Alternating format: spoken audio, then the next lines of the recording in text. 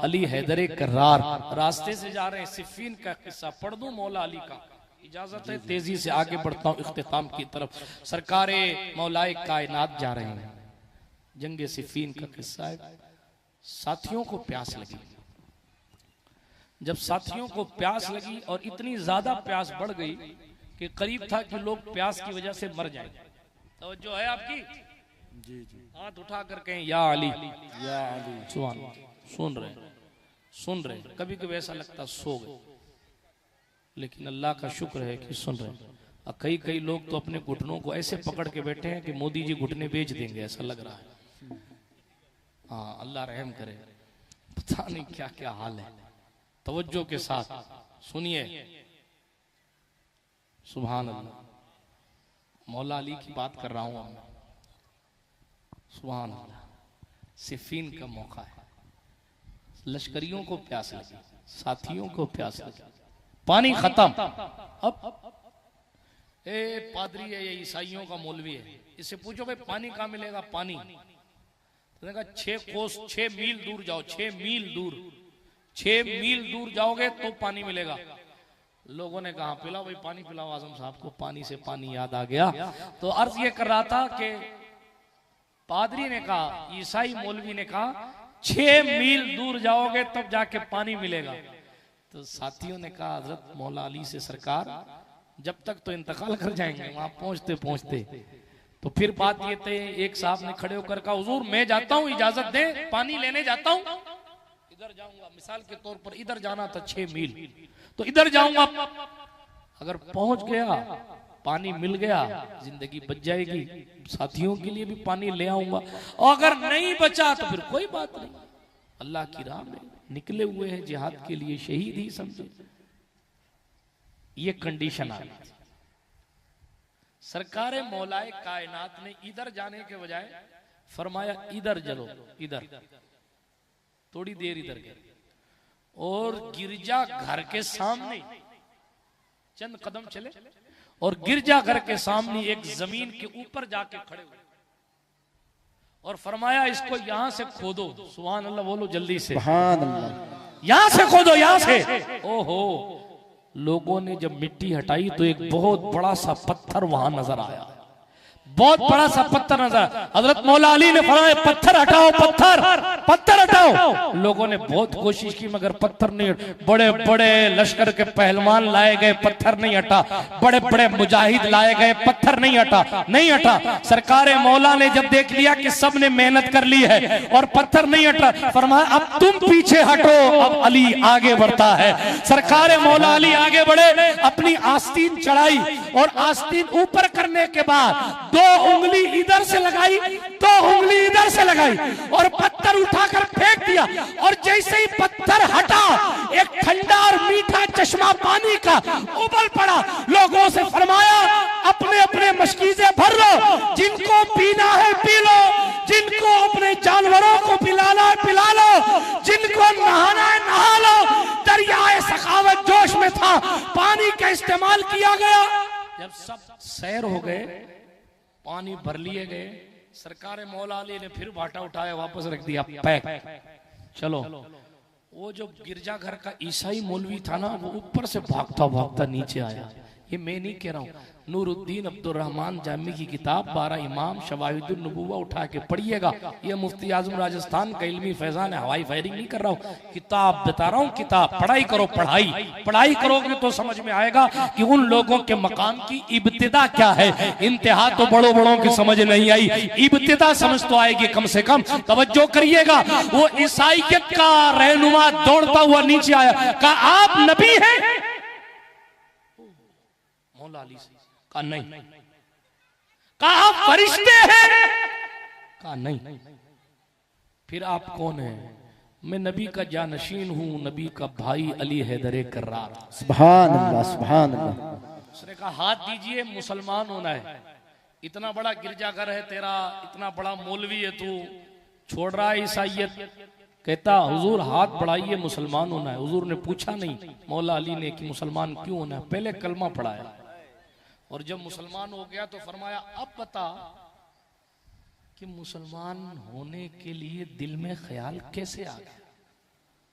का हुजूर हमारी किताबों में लिखा है, पुरानी वाली में, नस्लन बादा नस्लिन हमें ये इल्म दिया जाता है, हमें नहीं मालूम, लेकिन इस गिरजा घर के आसपास में कहीं एक पानी का चश्मा है और उस पानी के चश्मे को या नबी खोल सकता है या फरिश्ता खोल सकता है या जानशीने नबी खोल सकता है। सुभान अल्लाह। और जो खोल लेवे उसी का दीन सच्चा है। हमें मुझसे पहले के लोग यहां इंतजार में बैठे बैठे इंतकाल कर गए कि कोई आए और बताए कि पानी का चश्मा कहाँ है। सलाम हो आप पर, मेरी खुशकिस्मती कि आपकी जियारत भी हुई और आपका दीन भी मिला। हम होते तो चौड़े हो जाते हैं, देखो कहाँ कहाँ हमारे तस्करे हो रहे हैं, मगर मंजिले इश्क में तस्लीम और रजा मुश्किल है, जिनके रुतबे हैं सिवा उनको सिवा मुश्किल है। जामी ने लिखा कि मौला अली रोते थे, इतना रोए इतना रोए इतना रोए कि दाढ़ी तर हो गई। और उस इमामुल अतकिया ने फरमाया, अली जैसे गुनहगार शख्स का नाम पुरानी आसमानी किताबों में लिखा है। अल्लाह अकबर, ये मौलाए कायनात। क्या क्या मैं आपको बताऊं। रास्ते से गुजर रहे थे, एक शख्स ने कहा इधर आओ, इनकी लश्करी से कोई बाबा था, उसको बाबा दिखाने का, बाबागिरी दिखाने का शौक चढ़ा था। तो इनके लश्करी को बुला के कहा भाई इधर आओ, कि अभी तुम्हारे सितारे ठीक नहीं चल रहे हैं, तुम जंग करने मत जाना। हाँ? जंग करने मत जाना, अपने अमीर को बुलाओ, मैं उसको समझा देता हूं। उसको मालूम ही नहीं था कि इनका अमीर कायनात के तमाम वलियों का अमीर है। बुला है गए ना, तो इनके सारी देखिए। अभी अपने को कोई बुलाए ना तो अपने पहले ही 2-4 चाहने वालों को आगे भेज के कहते बताओ यार मैं कौन हूं, बताओ। मगर हाय मौलाए कायनात खुद, ओ आया हजरत वो बुला रहा है, वो ईसाई मौलवी है, वो कह रहा अपने अमीर को बुला के लाओ। हजरत मौला अली पहुंच गए। अल्लाह समद अल्लाह समद। सरकार मौला अली ने कहा क्या हुआ? कहा अभी सितारे तुम्हारे ठीक नहीं है, अभी जंग करने मत जाओ। मौलाए कायनात ने आपा नहीं खोया, फरमाया अच्छा आपको आसमान का इल्म है? तुम्हें लगा हाँ है। फरमाया ये सितारा, एक सितारे का नाम लिया, कहा इस सितारे की चाल बताओ, ये किधर से चल के किधर डूबता है? तो उसने कहा इस सितारे का नाम तो मैंने पहली बार सुना है, इसकी चाल कैसे बताऊं? तो मौलाए कायनात ने फरमाया इसका मतलब तेरे पास आसमान का कुछ इल्म नहीं है। फरमाया अच्छा ये बता जहां तू खड़ा उसके नीचे क्या है? जहां खड़ा है जमीन के अंदर क्या है? तो कहा मुझे क्या मालूम जमीन के अंदर क्या है। फिर मौला अली ने फरमाया इसका मतलब तुझे जमीन का इल्म भी नहीं है। देखो कितनी बेहतरीन तरीके से उसकी वाट लगाई अपने लफ्जों में। फरमाया पहले तो सितारे का नाम लेके कहा कि सितारे की चाल क्या है सलीम साहब। जब चाल नहीं पता चली तो कहा इसका मतलब तुझे नहीं मालूम कि आसमान के सितारों की चाल कैसे होती है और आसमान का इल्म तुझे नहीं है। फिर फरमाया जहां तू खड़ा है उस जमीन के अंदर क्या है? कहा मुझे नहीं मालूम क्या? कहा फिर मुझसे पूछ ले, जहां तू खड़ा है उसके नीचे सिक्के, और उन सिक्कों पे ऐसा ऐसा नक्श बना है।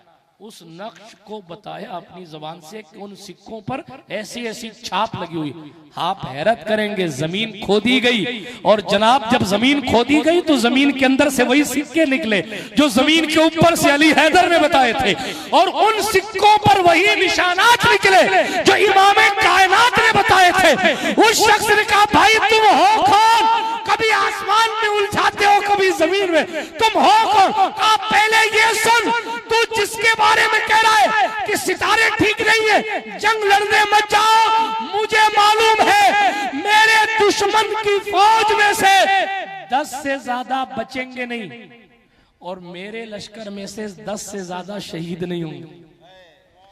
मैं अपनी जेब में रिजल्ट लेके जा रहा हूं जंग करने के लिए।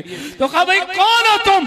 कहा मैं मोहम्मद अरबी का वफादार, उनका दामाद, उनका भाई, उनका जानशीर, इस वक्त खलीफतुल मुस्लिमीन अली बिन अबू तालिब कररमल्लाहु वजहुल करीम। सुभान अल्लाह सुभान अल्लाह। जिसका बाप जमीन के अंदर की जानता हो, जिसका बाप आसमानों की जानता हो। नुज़ातुल मजालिस के मुसन्निफ ने लिखा, मौला अली ने एक दिन फरमाया सलूनी अम्मा दून अल अर्श।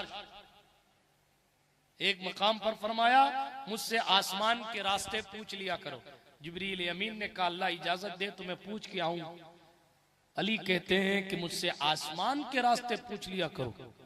जिब्रील अमीन इंसानी शक्ल में बारगाह अली हैदर में आए और फिर इंसानी शक्ल सूरत में बैठकर कहने लगे, आपने फरमाया है कि आसमान के रास्तों से मैं वाकिफ हूं, मुझसे पूछ लिया करो। कहा है? कहा फिर आसमान के रास्तों में किसी रास्ते में जिब्रील भी बैठे ही होंगे। कहा बताइए फिर इस वक्त जिब्रील कहाँ है? थे खुद इंसानी शक्ल में आए थे चेक करने के लिए और खुद ही पूछ रहे हैं कि बताइए इस वक्त जिब्रील कहाँ है। मौलाए कायनात ने आंख बंद की, पूरी कायनात का भ्रमण कर लिया और आंख खोल के फरमाया, कायनात का जो जिब्रील है वो तू ही है, वरना कहीं नजर नहीं आ रहा। बात समझ शरीफ में आई। इसका बाप इतना अरफो वाला हो,